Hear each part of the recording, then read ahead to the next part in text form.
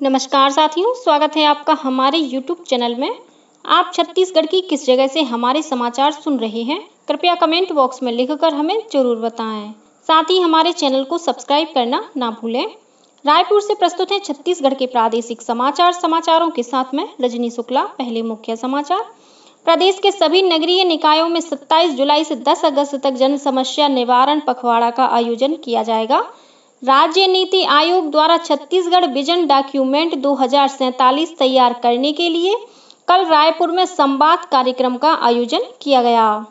छत्तीसगढ़ को दीनदयाल अंत्योदय योजना राष्ट्रीय शहरी आजीविका मिशन में उत्कृष्ट कार्यों के लिए 5 राष्ट्रीय पुरस्कारों से नवाजा जाएगा और सुकमा जिले में 2 महिला सहित 4 इनामी माओवादियों ने किया आत्मसमर्पण। अब समाचार विस्तार से। प्रदेश के सभी नगरीय निकायों में 27 जुलाई से 10 अगस्त तक जन समस्या निवारण पखवाड़ा का आयोजन किया जाएगा। इस दौरान नगर निगमों, नगर पालिकाओं और नगर पंचायतों में वार्ड शिविरों का आयोजन कर स्थानीय समस्याओं का निदान किया जाएगा। नगरीय प्रशासन मंत्री अरुण साव ने राज्य के सभी 184 नगरीय निकायों में स्थानीय समस्याओं के निराकरण के लिए वार्ड शिविर आयोजित कर उनके मौके पर ही निराकरण के निर्देश विभाग को दिए हैं। उन्होंने इन शिविरों में नगर निगमों, नगर पालिकाओं और नगर पंचायतों के महापौरों, अध्यक्षों, पार्षदों और अन्य जनप्रतिनिधियों से भी उपस्थित रहने की अपील की है। मुख्यमंत्री विष्णुदेव साय ने कहा है कि राज्य सरकार प्रदेश में उद्योगों की स्थापना के लिए हर संभव सहयोग करेगी। यह बात मुख्यमंत्री ने कल रायपुर में भारतीय उद्योग परिसंघ द्वारा नई औद्योगिक नीति के लिए दिए गए सुझावों पर चर्चा के दौरान कही।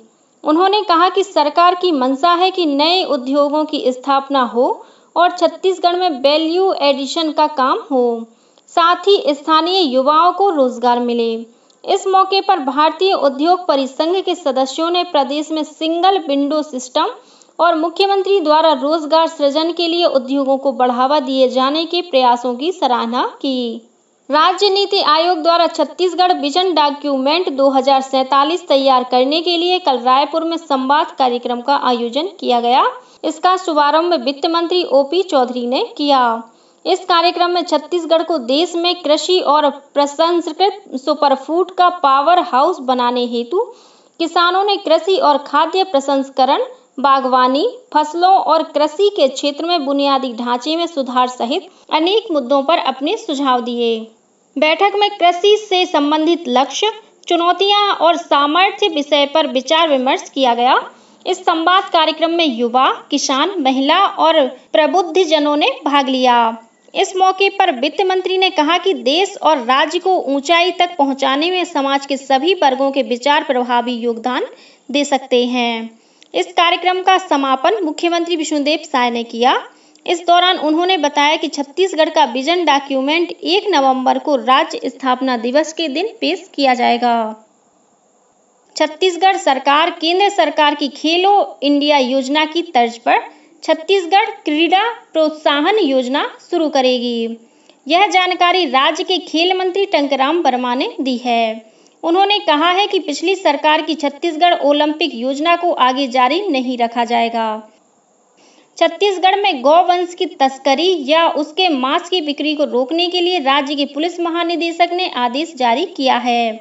इसके अनुसार गौवंश की तस्करी करते पकड़े जाने पर 7 वर्ष की जेल या 50,000 रुपए का जुर्माना या दोनों लगाए जाएंगे। आदेश के अनुसार जिन वाहनों से गौ तस्करी की जा रही होगी उसे भी जब्त कर लिया जाएगा। केंद्र सरकार ने राज्यों और केंद्र शासित प्रदेशों से कहा है कि पुलिस स्टेशनों और पुलिस विभाग के नियंत्रण वाले स्थानों को गवाहों से पूछताछ के लिए निर्धारित नहीं किया जाना चाहिए। केंद्रीय गृह सचिव अजय भल्ला ने इस संबंध में सभी राज्यों और केंद्र शासित प्रदेशों के मुख्य सचिवों को पत्र लिखा है। भारतीय नगरीय सुरक्षा संहिता 2023 के अंतर्गत सभी पुलिस स्टेशनों को ऑडियो, वीडियो, इलेक्ट्रॉनिक माध्यम से गवाहों से पूछताछ के लिए एक निर्दिष्ट स्थान की पहचान करने के लिए कहा गया है। छत्तीसगढ़ को दीनदयाल अंत्योदय योजना राष्ट्रीय शहरी आजीविका मिशन में उत्कृष्ट कार्यों के लिए 5 राष्ट्रीय पुरस्कारों से नवाजा जाएगा। केंद्र सरकार द्वारा राज्य शहरी विकास अभिकरण सूडा और प्रदेश के 4 नगरीय निकायों बिलासपुर, रायगढ़, चंपा और भाटापारा का चयन प्रतिष्ठित स्पार्क पुरस्कारों के लिए किया गया है। राज्य में शहरी गरीब परिवारों को सशक्त बनाने और उनकी आजीविका के अवसरों को बढ़ाने में उत्कृष्ट कार्यों के लिए ये पुरस्कार प्रदान किए जाएंगे। केंद्रीय आवासन और शहरी कार्य मंत्रालय द्वारा 18 जुलाई को नई दिल्ली में आयोजित समारोह में सूडा और चारों नगरीय निकायों को पुरस्कृत किया जाएगा। केंद्रीय आवासन और शहरी कार्य मंत्री मनोहर लाल खट्टर और केंद्रीय राज्य मंत्री तोखन साहू ने ये पुरस्कार प्रदान करेंगे। उप मुख्यमंत्री अरुण साव ने इस उपलब्धि के लिए सूडा और चारों नगरीय निकायों की टीम को बधाई दी है। कबीरधाम जिले के सोनवाही गांव में बैगा आदिवासियों की मृत्यु के संबंध में जांच के लिए कलेक्टर द्वारा बनाई गई 3 सदस्यीय टीम ने अपनी रिपोर्ट प्रस्तुत कर दी है। इसके अनुसार बैगा आदिवासियों की मौत डायरिया से नहीं बल्कि जंगली मशरूम खाने से हुई है। जिला प्रशासन के अनुसार सोनवाही गांव में अब हालात सामान्य हैं और गांव में स्वास्थ्य शिविर लगाकर लोगों की जांच और उपचार किया जा रहा है। स्वास्थ्य मंत्री श्याम बिहारी जायसवाल ने बीजापुर जिले के 1 दिवसीय प्रवास के दौरान स्वास्थ्य विभाग के कार्यों की समीक्षा की। इस दौरान उन्होंने सभी आवासीय स्कूल, पोटा केबिन, छात्रावास, आश्रम, एकलव्य विद्यालय सहित नवोदय और सभी आवासीय संस्थाओं में मलेरिया जांच के निर्देश दिए। उन्होंने कहा कि बरसात के मौसम में मलेरिया, डायरिया और जल जनित बीमारियों के संक्रमण को रोकने के लिए विभिन्न उपाय किए जाएं। श्री जायसवाल ने कहा कि मलेरिया जांच और रिपोर्ट में तत्परता लाने के लिए बस्तर संभाग के सभी ब्लॉक मुख्यालयों में माइक्रोस्कोप की व्यवस्था की जाएगी, जिसमें मलेरिया की स्लाइड की जांच की जा सके। स्वास्थ्य मंत्री ने बीजापुर के पोटा केबिन पहुंचकर वहां की व्यवस्थाओं का जायजा लिया।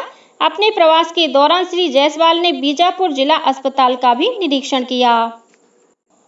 इस बीच वन मंत्री केदार कश्यप ने कल सुकमा में राज्य सरकार द्वारा संचालित विभिन्न कार्यक्रमों के क्रियान्वयन की समीक्षा की। इस मौके पर उन्होंने कहा कि बरसात के मौसम में मौसमी और जलजनित बीमारियों की रोकथाम के लिए सभी आवश्यक कदम उठाए जाएं। उन्होंने कहा कि स्वास्थ्य विभाग के कर्मी मलेरिया उन्मूलन के लिए मच्छरदानी वितरण और DDT छिड़काव सुनिश्चित करें। केंद्र सरकार ने संसद के बजट सत्र के पहले रविवार को सर्वदलीय बैठक बुलाई है। बैठक के दौरान सरकार संसद के दोनों सदनों के सुचारू कामकाज के लिए सभी राजनीतिक दलों से सहयोग का अनुरोध करेगी। बजट सत्र इस महीने की 22 तारीख से अगले महीने की 12 तारीख तक चलेगा।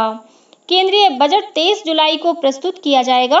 यह नरेंद्र मोदी सरकार के तीसरे कार्यकाल का पहला बजट होगा।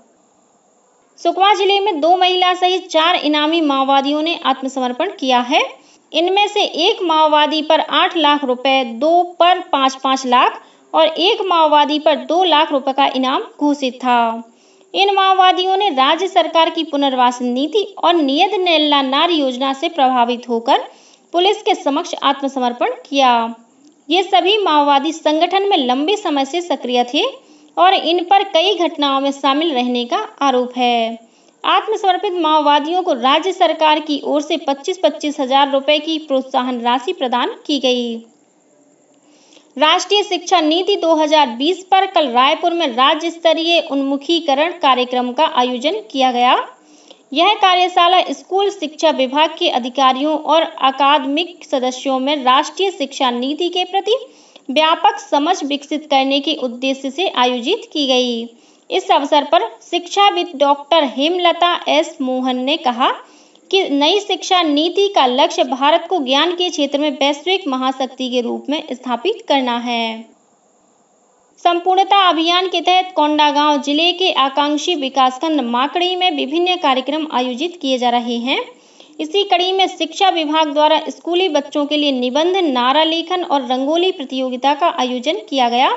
इनमें छात्र छात्राओं ने भाग लेकर संपूर्णता अभियान उत्सव को सफल बनाने का संदेश दिया और इस अभियान में लोगों से भी अपनी सहभागिता निभाने की अपील की। सारंगढ़ बिलाईगढ़ जिले में एक पिकअप वाहन अनियंत्रित होकर पलट गया। इस हादसे में एक व्यक्ति की मौत हो गई, वहीं 20 अन्य घायल हो गए हैं। घायलों को बरमकेला के अस्पताल में भर्ती कराया गया है। यह हादसा बरमकेला थाना क्षेत्र के अंतर्गत चाटी पाली के जंगल में हुआ। पिकअप वाहन में 21 लोग सवार थे। जो सारंगढ़ से मजदूरी करने बरमकेला जा रहे थे। वहीं जांजगीर चांपा जिले के हरदी विशाल गांव में एक 4 पहिया वाहन पेड़ से टकराने के बाद दुकान में जा घुसा। इस दौरान सड़क पर जा रहे एक व्यक्ति की मौत हो गई। वहीं एक अन्य व्यक्ति और चालक घायल हो गया है, जिन्हें जिला अस्पताल में भर्ती कराया गया है। हादसे के बाद आक्रोशित लोगों ने मुआवजे की मांग को लेकर बालौदा हरदी बाजार कोरबा मार्ग पर चक्का जाम कर दिया। तनाव को देखते हुए मौके पर एएसपी, एसडीओपी, तहसीलदार और कई थाने के थाना प्रभारी मौके पर मौजूद रहे। वहीं रायगढ़ जिले के धर्मजयगढ़ में एक पिकअप और 2 पहिया वाहन की भिड़ंत में एक युवक घायल हो गया था, जिसकी इलाज के दौरान मौत हो गई। कोरबा जिले के भालू सटका गांव में कोरबा वन मंडल द्वारा आयोजित वन महोत्सव कार्यक्रम में स्कूली छात्र छात्राओं और कर्मचारियों ने एक साथ एक समय पर और एक ही स्थान पर 2273 पौधों का रोपण किया। इस अवसर पर श्रम मंत्री लखनलाल देवांगन ने कहा कि प्रधानमंत्री नरेंद्र मोदी के आह्वान पर एक पेड़ मां के नाम अभियान के तहत सभी नागरिक एक पेड़ अवश्य लगाएं। वहीं बेमित्रा में महिला और बाल विकास विभाग द्वारा एक पेड़ मां के नाम अभियान के तहत पौधारोपण किया गया। साथ ही जल शक्ति से नारी शक्ति अभियान के तहत स्थानीय महिलाओं को स्वच्छ पेयजल की महत्वता, पानी का संचयन, रेन वाटर हार्वेस्टिंग की जानकारी दी गई। और अब कुछ अन्य खबरें संक्षेप में। इमाम हुसैन की करबला के मैदान में शहादत की याद में यौमे आशुरा आज मनाया जाएगा। इस अवसर पर विभिन्न धार्मिक संगठनों द्वारा अलम जुलूस और ताजिया जुलूस निकाले जाएंगे। मुहर्रम के अवसर पर प्रदेश भर में सुरक्षा के व्यापक इंतजाम किए गए हैं। राष्ट्रपति द्रौपदी मुर्मू ने न्यायमूर्ति एन कोटेश्वर सिंह और आर महादेवन को सर्वोच्च न्यायालय का न्यायाधीश नियुक्त किया है। श्रम मंत्री लखनलाल देवांगन आज कोरबा में शहीद वीर नारायण सिंह श्रम अन्न योजना का शुभारंभ करेंगे। श्री रामलला दर्शन योजना के तहत बलरामपुर रामानुजगंज जिले के 164 श्रद्धालु आज 17 जुलाई को अयोध्या के लिए रवाना होंगे और छत्तीसगढ़ माध्यमिक शिक्षा मंडल की हाई स्कूल और हायर सेकेंडरी द्वितीय मुख्य अवसर परीक्षा के प्रवेश पत्र मंडल की वेबसाइट और संबंधित संस्था के पोर्टल पर अपलोड कर दिए गए हैं। इसी के साथ छत्तीसगढ़ के समाचारों का ये बुलेटिन समाप्त हुआ। नमस्कार।